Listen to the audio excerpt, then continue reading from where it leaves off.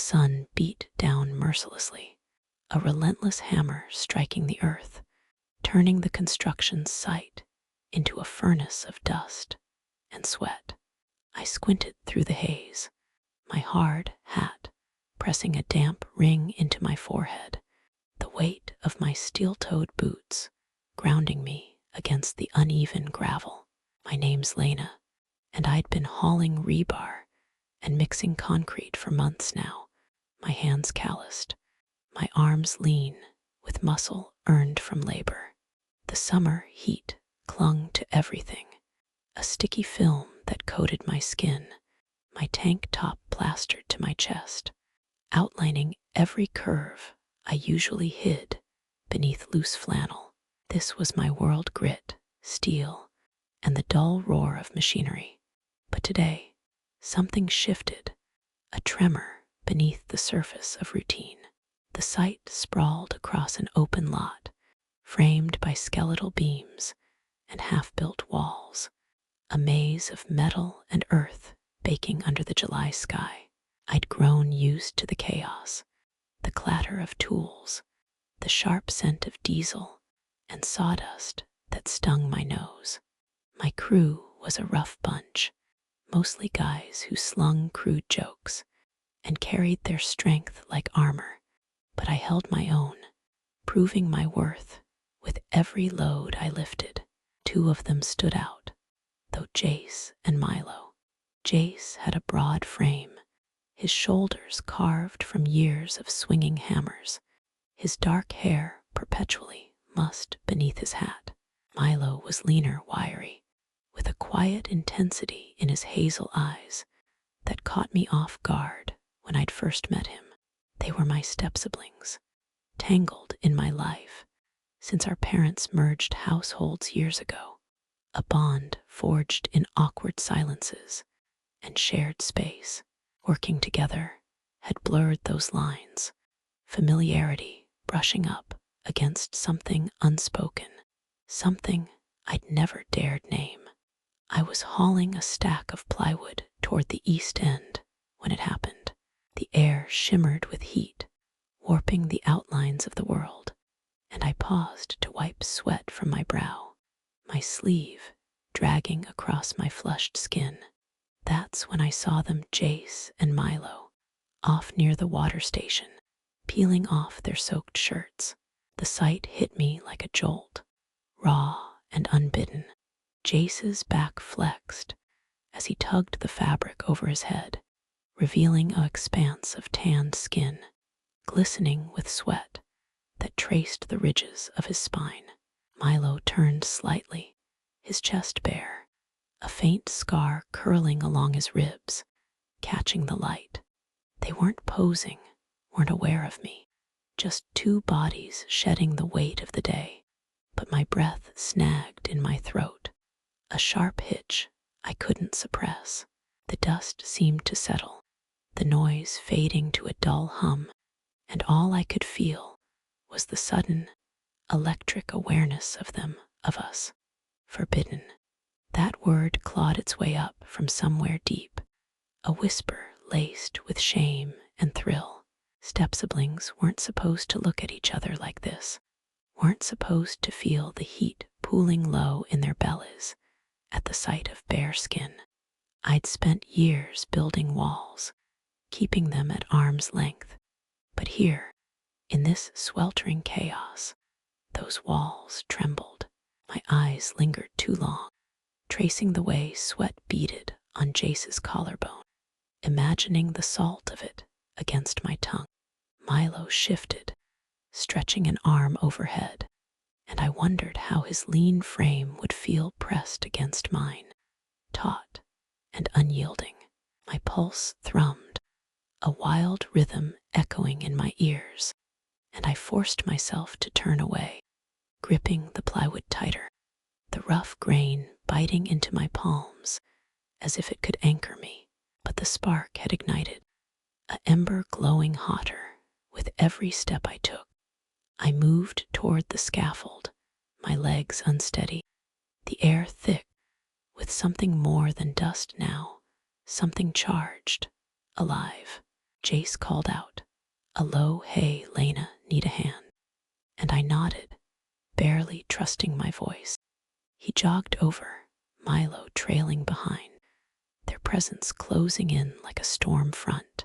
Up close, the heat radiating off them was palpable, a mix of musk and earth that invaded my senses.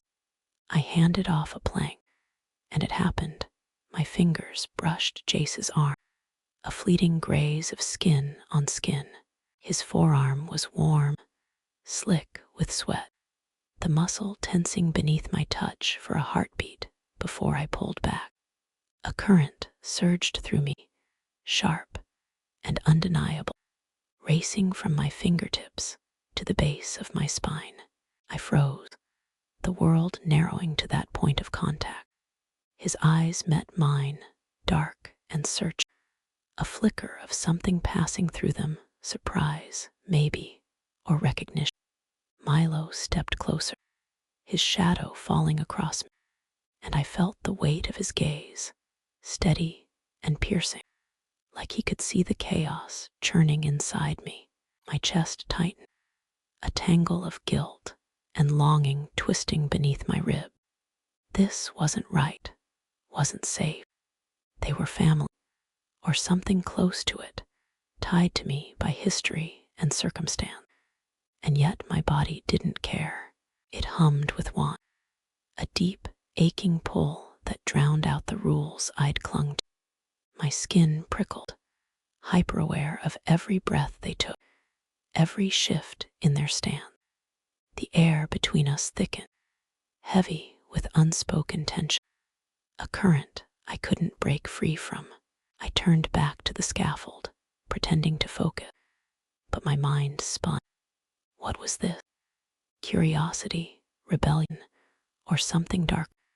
Something I'd buried under years of restraint.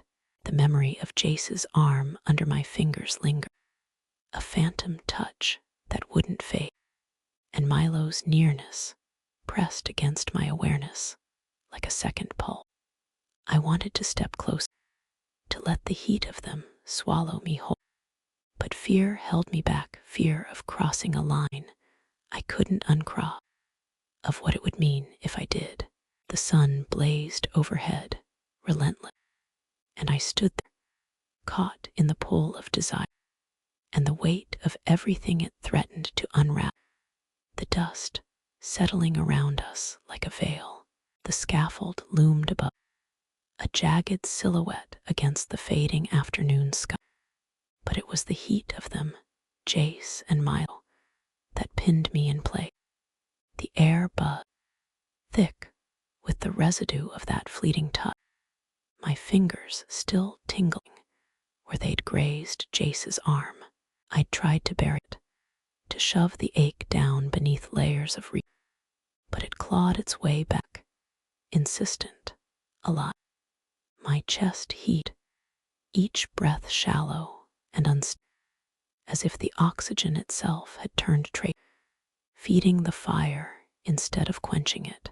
They stood close, too close, their shadows stretching across the ground, and I felt the pull like gravity, like inevitability, dragging me toward a line I'd sworn never to cross. I don't know what broke me. Maybe it was the way Jace's dark eyes lingered, a question flickering in their depth, or the quiet weight of Milo's presence, his stillness, a contrast to the storm inside me. Maybe it was the heat, the dust, the sheer exhaustion of resisting what my body screamed. My hand moved before my mind could catch, a bold, reckless reach toward Jace. My palm flattened against his chest, the damp heat of his skin searing, his heartbeat a steady thud beneath my finger. He didn't pull, his breath hitched, a soft sound that pierced the haze, and that was it. The dam shattered, restraint crumbling like dry earth underfoot. Milo shifted, stepping, and the space between us vanished. My other hand found his waist, tentative at first, then tracing the lean curve of muscle beneath his ribs. His skin was warm, slick with the day's, and the scent of him, salt and cedar, flooded my senses, grounding and dizzying all at once. I didn't think, didn't s- words felt too fragile, too small for the weight of this. My body took over, surrendering to the, and they responded. A silent agreement woven into the press of their knee. Jace's hand slid to my hip, rough fingers curling against the fabric of my tugging me until I felt the solid wall of his frame. Milo's touch came lighter, a brush along my jaw, tilting my face, and the air crackled, charged with the sensations crashed. A tide I couldn't fight. Jace's grip, his calloused palms scraping my skin as he pulled me flush, the heat of his chest radiating through my thin tank. My breasts pressed in, a jolt of awareness sparking at the my nipples hardening beneath the damp cotton. Milo's fingers trailed down my neck, slow and igniting a shiver that raced to my. His breath ghosted over my ear, warm and I felt the press of his body at my side, lean and a counterpoint to Jace's bulk.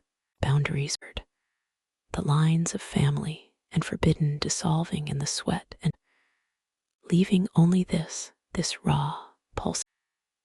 I tipped my head back, a silent, and Milo's lips found a soft graze that turned sharp as his teeth skimmed my pulse.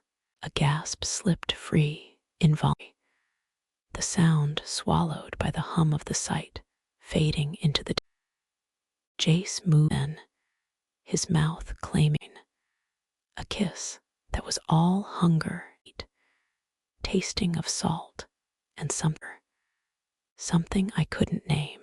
His tongue swept in, rough, and I melted it, my hands clutching at his shoulders, nails digging in. Milo's touch slid lower, beneath dirt, his fingers splaying across my neck, cool against the fever of my skin. The contrast unreal me. A thread pulled loose, and I arched into both, caught in the orbit of their hands, their breath.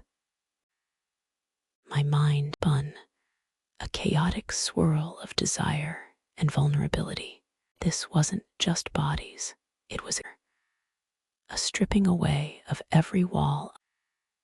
Jace's hands, one slipping beneath my weight, the roughness of his touch igniting a deep, throbbing ache between my thighs.